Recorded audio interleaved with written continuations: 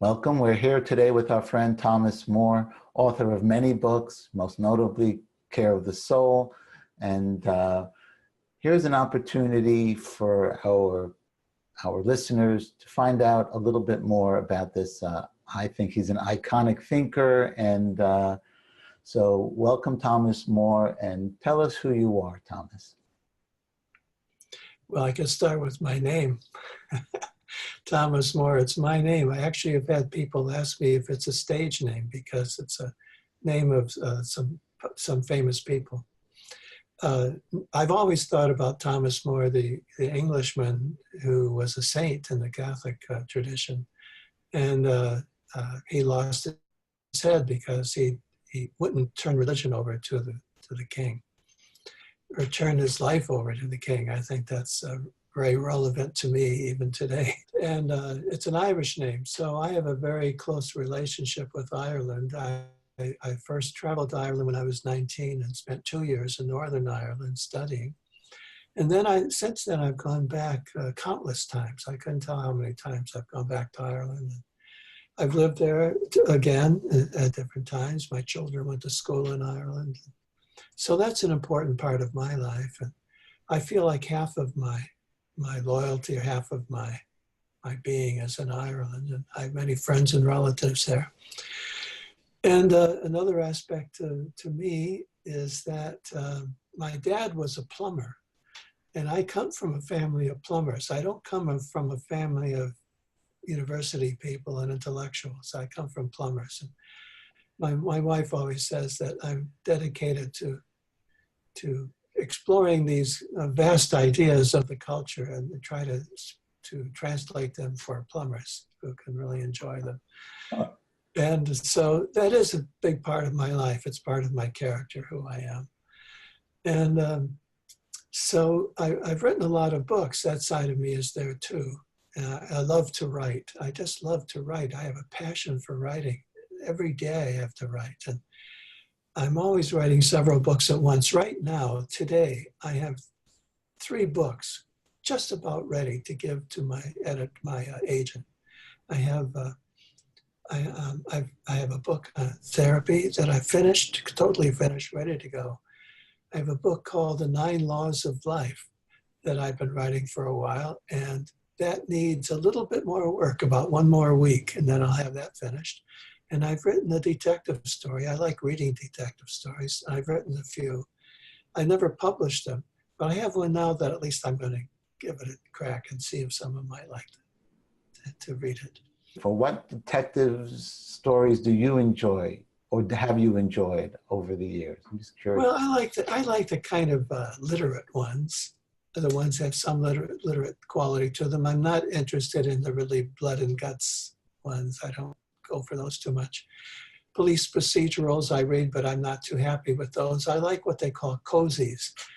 And the people who read detective stories understand that word. It means a detective story where there's not too much blood, and where the characters are interesting, and like there are some television shows that are cozies, like Midsummer Murders, or Agatha Christie stories are cozies.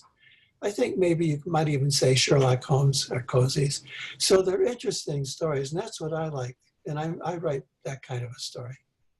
I'm a little jealous. You do so much writing, but I hope to do more writing. And I think that's phenomenal that you could have 3 kind of books going on parallel, and we're promoting a 4th book in the previous conversation that you did a year or so ago. But why did you start to write? And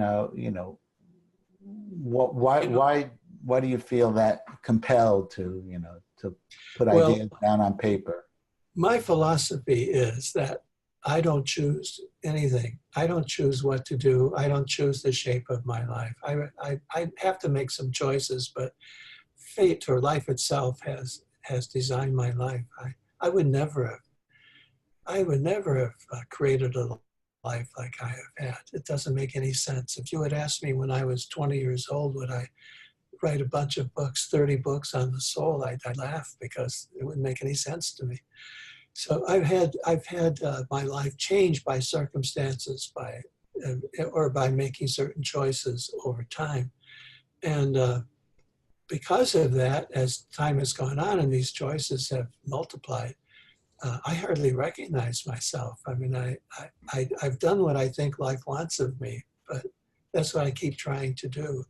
But I don't choose all of this. And so, but my education has really prepared me for it. So that's another instance of where life has prepared me, but I never would have been able to do it myself.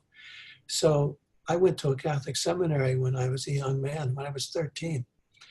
It was a monastic community. So I lived as kind of a monk. They don't use the word monk exactly, but it's a very technical distinction. How did that happen? How did that happen? You know, what made you make that decision? Or did you just make a left turn and you were there, or were you compelled to do it? When I was a kid, I went to a Catholic school and there were nuns all around, and I was at a church where there were Catholic priests. Where did you grow up? I think I missed that. Detroit. Oh. A lot of people come from Detroit. And so it was a great place for me to grow up, and I loved it. And but when I saw the life of these priests, I thought, you know, I really liked what they were doing, and I liked them, and I thought I think I'd like to try that. But it meant leaving home when I was 13 years old. That was not easy. And it would take 12 to 13 years to go through the process of becoming a priest, go through all the education. I did that. So I learned Latin and Greek when I was starting out learning Latin and Greek in high school, and then further into college. And my courses in philosophy and theology were taught in Latin, a lot of them, most of them, taught in Latin. I had to answer questions and exam questions in Latin. It was that kind of a thing. You know, nobody today would go through that. My 15-year-old, for not really by choice, by kind of accident, he's taking Latin now in high school. Excellent. That's great. Why is that great? Because I know I'm a big fan of etymology and the history of words. Yeah. Why is it? Because when we stop talking, I'm going to go tell them why it's good. Well, I think it does a lot of things. First of all, it does help with the language. I'm able to use words and really know their depth with both Latin and Greek, because our English is dependent largely on both Latin and Greek. So that really helps me a great deal. I can use etymologies, and besides that, I know when I use a word, I know its deeper meaning. So often I have trouble because people don't hear the same word that I use, because I'm thinking of the more original meaning of the word. Like psychotherapy, you know, the word in Greek means soul, psyche, soul, therapy, care. So care of the soul is what the word psychotherapy means. Now, most people don't think of the word psychotherapy that way.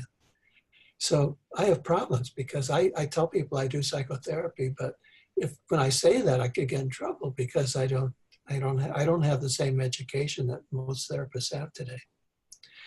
So anyway, that's one thing. The other thing about Latin and Greek, or Latin, if you want to talk about your son, Latin also gives you exposure to another culture, one of these early cultures. So, and most of the time you read Latin, you learn a lot of interesting things. You learn about logic, and you learn to think in quite a deep way, because the Latin texts we study have a lot of depth to them. So that's another thing about it. Also, it just cultures you to learn languages. The more languages you know, I think the deeper your culture is as a person. So there are many, many reasons to study Latin. I think it's a wonderful idea, and it'll be useful the rest of your life, no matter what you do. Excellent. Good to know. So another thing you spoke about was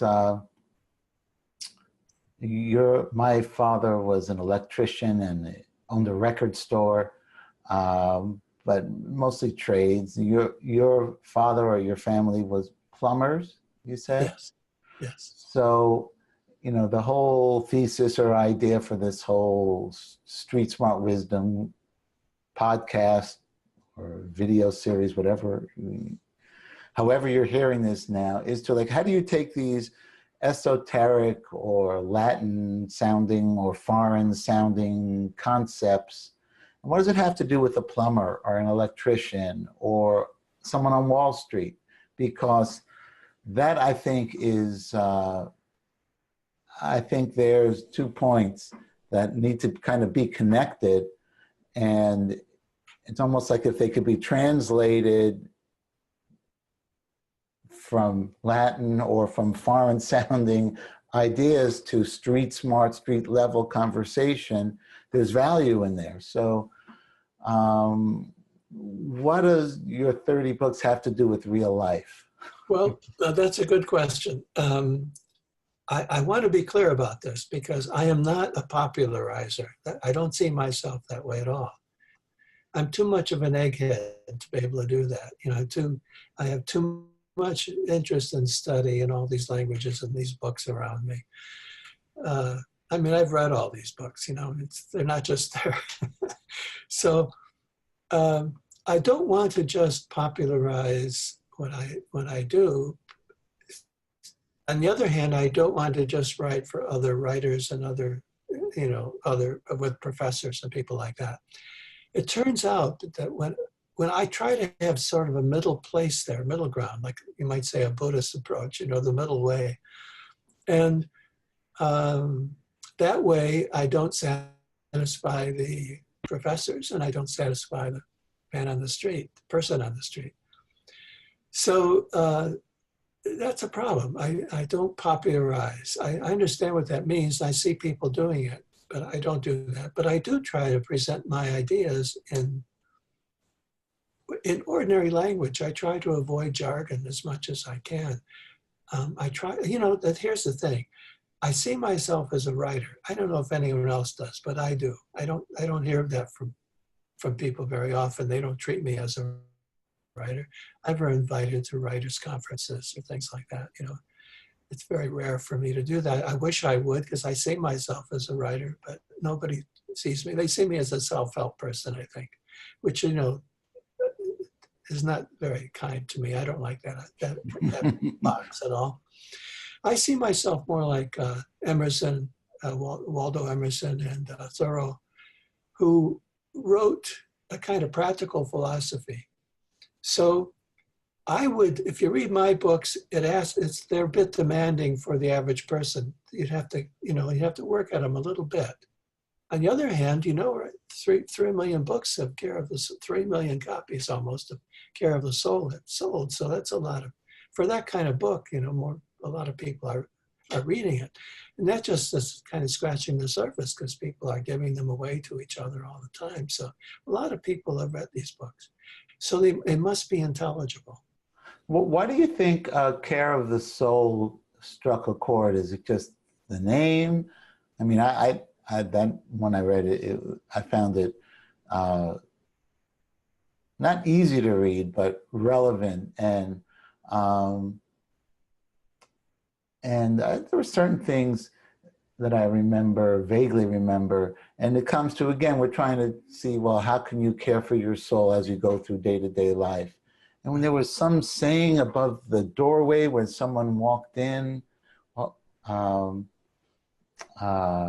what are certain things to inject soul into your everyday life or into your experience or quality of life, you know? Well, you know, the first part is to realize that you have a soul. You're not a machine. Today, and this was true when I wrote the book, but it's even worse today. Today, all fields, including psychology and even religion in many ways, treat us human beings as if we were totally material. And so today the whole thing is about the brain, you know, what part of the brain lights up when you love or when you hate or something like that. That's so materialistic. It's exactly contrary to what I wrote in Care of the Soul. And yet it is the way we think today in everything. In psychology and medicine, evidence-based medicine means a doctor doesn't treat the person as a person at all. The doctor has to look up and see how this particular symptom has been treated successfully and use that method. I think it's dehumanizing. The whole thing is dehumanizing. So care of the soul really basically means let's not buy into this way the culture is going. And as I said, it's worse today than it was 25 years ago when I wrote Care of the Soul. And I feel quite frustrated because I would like to just blast this idea out. And I hate listening to the news or to listen to what people are hearing in the media, because it's all about behavior, and medicine is so only physical, and people are treated as objects. All of that just gets to me, you know.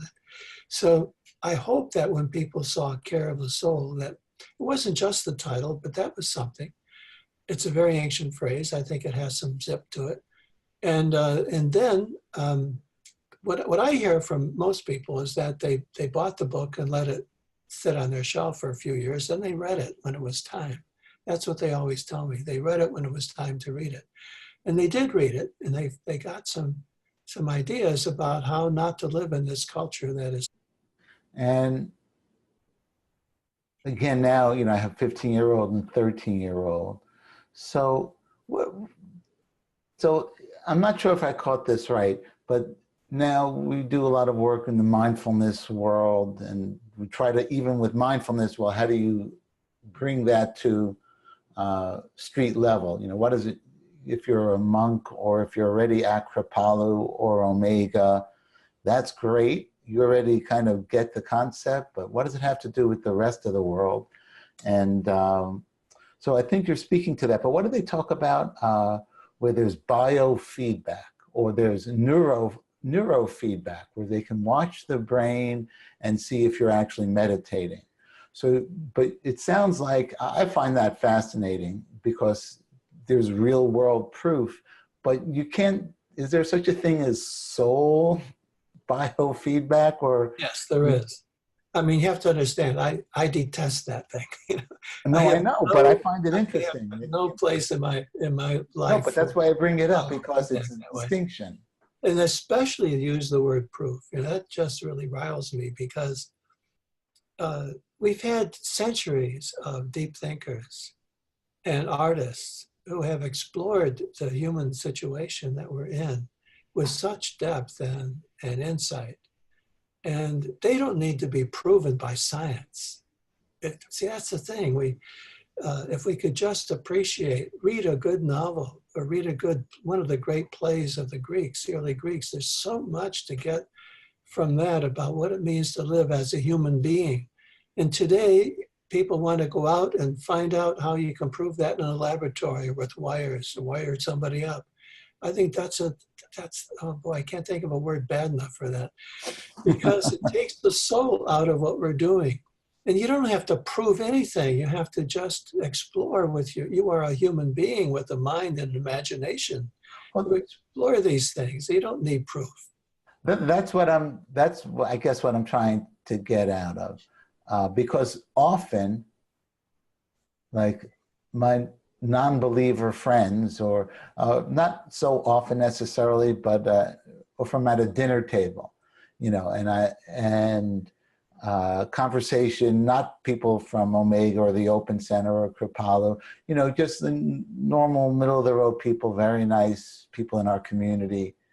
And you say the word now, meditation or mindfulness, now it's a buzzword, of course. Everyone still kind of glosses over, but when you have a science, there's all this science that backs it up. Now I know you're cringing, so I am still mentioning because I think it's relevant. So when you could say that they've done scientific studies that you have telomeres, which is the strand of your DNA, that they found that people that live to 100 years old plus, they have longer strands of telomeres, and they've done science that people who have done mindful meditation, their strands get longer. They're like, no way. You know, now all of a sudden they're out of their day-to-day paycheck, mortgage, vacation, and they're like, wow, the mind does connect the body. So when those people have read the books at the right time, what have they said that made it worthwhile, you know, in the soul? that affected their day-to-day life or care of the soul? Well, I have to say, I get letters and emails from people every day about this. Just today, I've had, I think, 3 already today from people, and these people were from all parts of the world, not just, they weren't, I don't think any of them were Americans. And they are telling me that they get this, they get this idea, and it's been growing in them for a long time anyway, and that I was able to give them a language and spell out further what they were looking for, that they could feel the fact that the world around them is making them feel more like a machine, and that they're losing hope, and they've lost their traditional religious ideas as well. I got that this morning in emails. People saying, I used to be religious, but I can't be anymore, and help me, help me see, because I don't want to just be secularist. I want to be something, but I can't do what I used to do. That's a theme I love. I mean, that's something I've written several books about. I love it. I want to write more books about that. There are ways of being religious and spiritual where you don't have to stick with the traditional established religions. You can draw from them and learn tremendously from them, but you don't have to be a member in order to go ahead and live your spiritual life in your own way with your own talent and your ideas. So that's part of the soul too. Soul, traditionally, the word soul includes a spiritual life. And so I do both. I try to be spiritual and just have this depth of soul at the same time, link them together in everything I do. This is, by the way, where Hillman and I differ. A lot of people think I just write about what Hillman said. Hillman was terrific. I think he's the most brilliant person ever to have lived, actually. I'll go that far. But he didn't get it right on the spiritual thing. Exactly. He did write some very wonderful things about it, but he had a antagonism about religion and about the spiritual life. He didn't like it. He always we were very close friends, but he didn't like the monk in me. He said, he always had the trouble with that. So what I've tried to do, though, is to bring the spiritual and the spirit and soul together in all my work. And I keep my spirituality intact, although I don't belong to any tradition at all. I think anybody, when you get to a certain point, you kind of let them go. They've been your training wheels, and you develop your own spirituality, and you can do that. And I think it's much richer and it's more responsible. Okay, so that's all. I want to enjoy watching this again because there was some interesting points.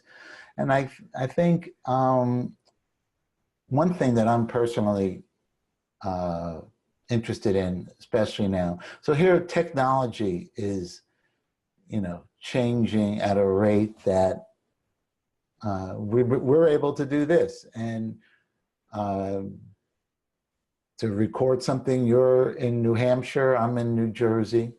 Wonderful. And even just a few years ago, this technology would be very costly and still might not work. And hopefully this is working. It's still not 100%, but the evolution at such a pace, especially with kids, my wife spends some time on Facebook, maybe too much time, but she found this clip that I thought was amazing. They had some like 12, 13, 14-year-olds. They put them in a room with an old dial-up phone. And they said, okay, make a call. And there was a half hour, they couldn't figure it out. They tried dialing without picking up, and then they tried picking up without, it was funny. But with all the video games and with all the things going on now, what does soul have to do with, everything is so damn digital and there's positive aspects of it. But I think it's almost one step further removed from, does the iPhone have a soul? Is it a net plus or a net positive? I think it definitely has a soul. And it depends how you use it in a way. Like I think our use today of technology right now is a very soulful thing because we're having a conversation. One of the most important things to the soul is a good conversation. There's nothing more important. Now, you can have it while you're shopping at the supermarket with somebody, or you can go and meet someone for a picnic or go to lunch. You can have it there. But in some ways, this conversation we're having is even more soulful because we can see each other and we can talk about some things that are really important, and we include other people. Like that's the see. I see you as a psychotherapist. I see that your work is psychotherapy in an extended sense, not professional, but real. And so what you're doing is and you've done your whole life. I've known you a long time. You've been doing this work, and you are encouraging conversations of substance, and you're making them happen in a way that's attractive to people. So I see your work as psychotherapy, which means care of the soul, and it's soulful to have a good conversation. Whether you have it on a screen doesn't, or at a restaurant, it doesn't make a whole lot of difference. That's pretty clear. That's pretty clear. So it's kind of neutral.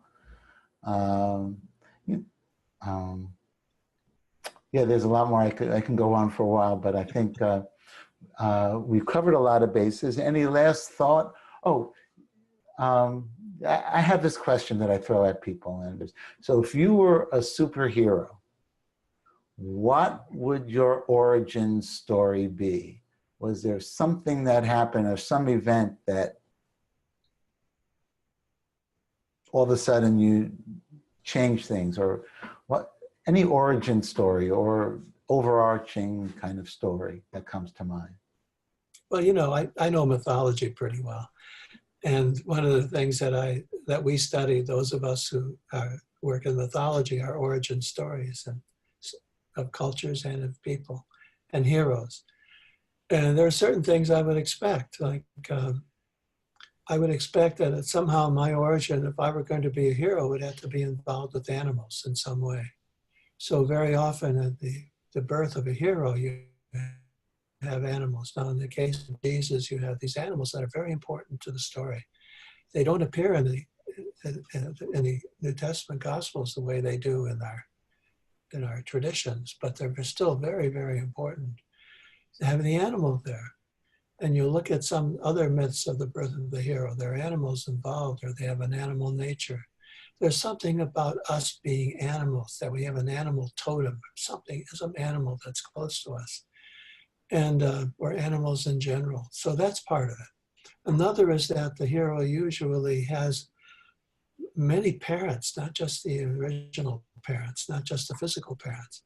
So in some cases, the hero might be left and abandoned, so these other people come along and pick up and become the parents. There are lots and lots of stories about that.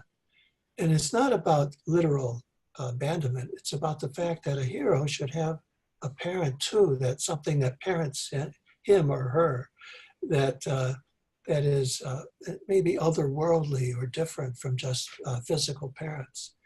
So I would have to talk about some other parents that I have. Some, as much as I love and tremendously respect my own parents, we're always finding new parents in life. I've had so many fathers in my life. It's amazing how many fathers have come along. Few mothers, but not as many as fathers. Maybe that's because I'm a man. That's just a natural thing. But at any rate, I think that the story would involve those factors, and it would take me some time to write up a story. I do it, but those are some of the elements I'd want. No, that's fascinating. Okay, so anything else before we wrap up this segment? If I'm going to introduce myself in a way, I can't do it without mentioning my family.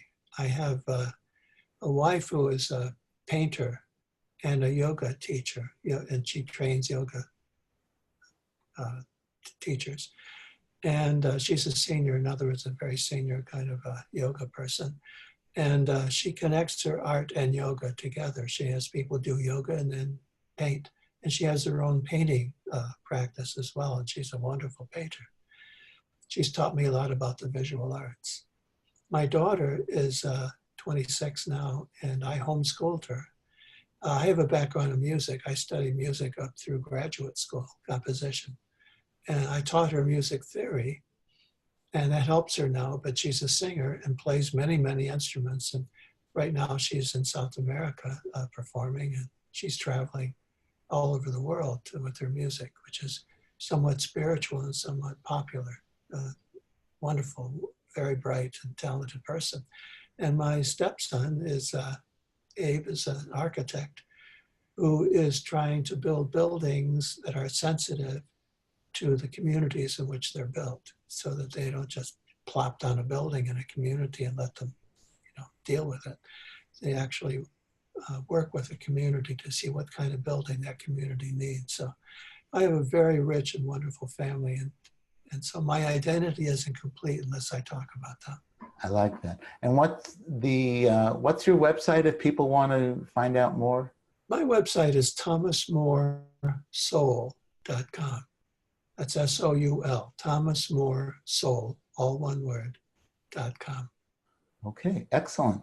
All right, Thomas, that was a pleasure. Thanks so much for your time, and I'll speak to you soon. Thank you, Steve.